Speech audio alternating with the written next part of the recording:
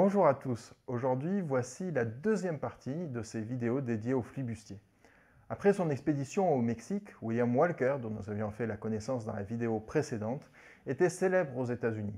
La nouvelle de son expédition s'était répandue dans les journaux et lui avait valu la sympathie d'une grande partie de la population américaine. Il faut dire que l'aventurier bénéficiait d'amitié dans la presse. Il écrit d'ailleurs pendant une brève période dans le journal de Byron Cole, qui s'appelait le San Francisco Commercial Advisor. Il ne lui fallut pas attendre longtemps avant que le contexte international redevienne favorable à une expédition en Amérique centrale. Mais voyons pourquoi. À cette époque, la situation géographique du Nicaragua était particulièrement stratégique. Le canal de Panama, ici vous voyez l'État de Panama, n'existait pas, et la voie maritime la plus rapide pour relier la côte est à l'ouest des États-Unis semblait passer par ce pays. C'est la raison pour laquelle le Nicaragua va faire l'objet d'une lutte internationale de plusieurs décennies entre les États-Unis en vert sur la carte et le Royaume-Uni en rouge.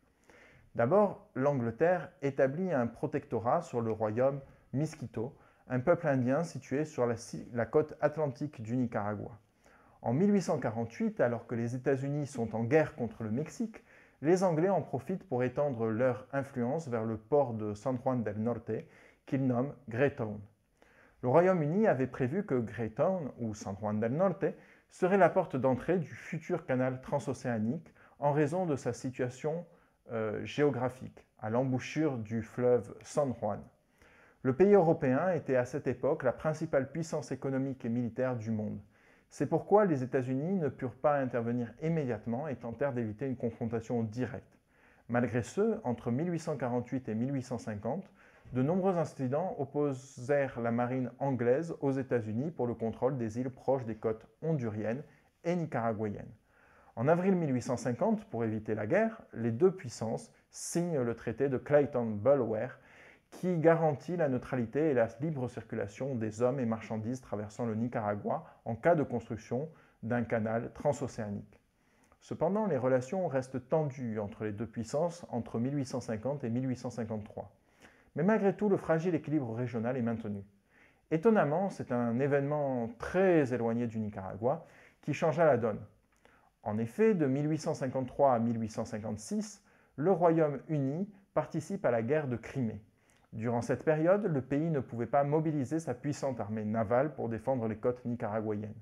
Les États-Unis profitèrent de l'occasion pour bombarder et détruire la ville de San Juan del Norte en 1854, prenant comme prétexte la destruction des bâtiments de la société Accessory Transit survenue en 1853.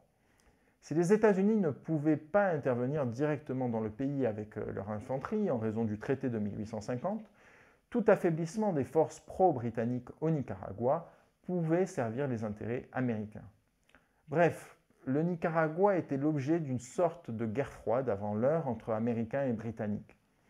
À cette situation internationale, il fallait ajouter la guerre menée par le parti conservateur, appelé aussi légitimiste, qui dominait la région de Grenade, soutenu par les Anglais, et le parti libéral, appelé aussi démocrate, qui contrôlait la ville de Léon et soutenu par les Américains. Ces guerres internes, qui s'ajoutaient à l'occupation britannique des territoires de l'Est, affaiblissaient considérablement l'État nicaraguayen. Et chacun des deux camps cherchait des ressources financières et militaires à l'étranger en accordant des concessions à bas prix et à des entreprises étrangères. C'est dans ce contexte que William Walker arrive au Nicaragua. Le flibustier américain et ses partisans obtinrent du président libéral qui résidait dans la ville de Léon, Don Francisco Castellón, la promesse de concessions foncières en échange de son soutien militaire contre l'autre président qui dirigeait la ville de Grenade, Fruto Chamorro Pérez. Avec environ 60 hommes en armes et le soutien des libéraux, William Walker débarque à Realejo et nous voyons maintenant à l'image sa campagne militaire. En vert, les territoires favorables aux libéraux, en rouge, ceux des conservateurs de Grenade, et en bleu sur la côte atlantique, les territoires occupés par les Anglais. La conquête de Walker ne fut pas facile, malgré la supériorité des armes Colt, et il dut mener plusieurs batailles. Il attaqua d'abord la ville de Rivas, mais bien qu'il ait infligé plus de pertes aux troupes conservatrices, Walker doit se replier à Realejo. Entre-temps, le président Chamorro meurt de dysenterie en mars 1855 et est remplacé par le président par intérim José María Estrada. Les troupes de William Walker combattent avec succès celles des conservateurs dans la Bahia de la Virgen en septembre 1855 et s'emparent de la ville de Grenade en octobre de la même année. L'attitude du chef américain dans la guerre lui vaut le soutien d'une partie de la population, entre autres parce qu'il ne tue pas ses prisonniers après les combats et ne recourt pas à la mobilisation forcée. Aux États-Unis, ses partisans menèrent de grandes campagnes de propagande en sa faveur qui lui permirent d'obtenir des renforts et des ressources financières.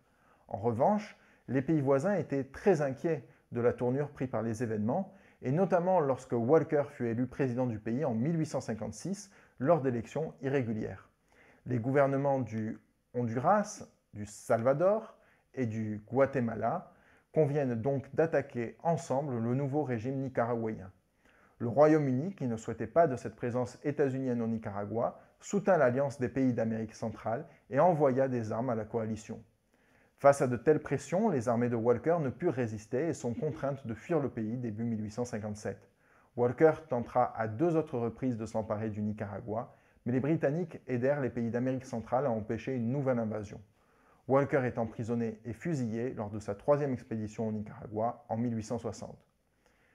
Les actions de l'Américain ont eu un grand impact en Amérique centrale.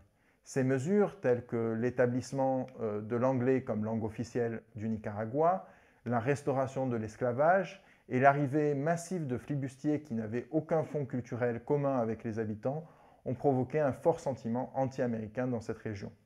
Elle a aussi contribué à faire prendre conscience de l'expansionnisme anglo-saxon, de la faiblesse dans laquelle s'étaient plongées les nations latino-américaines en se divisant en petits États peu peuplés et périphériques au niveau économique. Les flibustiers ont contribué à forger l'idée d'une lutte entre les peuples latins et saxons qui sera très présente dans les discours nationalistes et la littérature latino-américaine de la seconde moitié du XIXe siècle et du début du XXe siècle. La figure de Walker révèle aussi l'idéologie expansionniste des États-Unis, à laquelle ces derniers ne renonceront jamais totalement. Ainsi, en 1912, le président William Howard Taft déclarait, et nous conclurons par cette phrase, « Le jour n'est pas loin où 3 drapeaux étoilés indiqueront en 3 endroits équidistants l'extension de notre territoire, un au pôle Nord, un autre au canal du Panama et un 3e au pôle Sud. L'hémisphère tout entier sera à nous. » En effet, comme en vertu de notre supériorité raciale, il est déjà à nous moralement.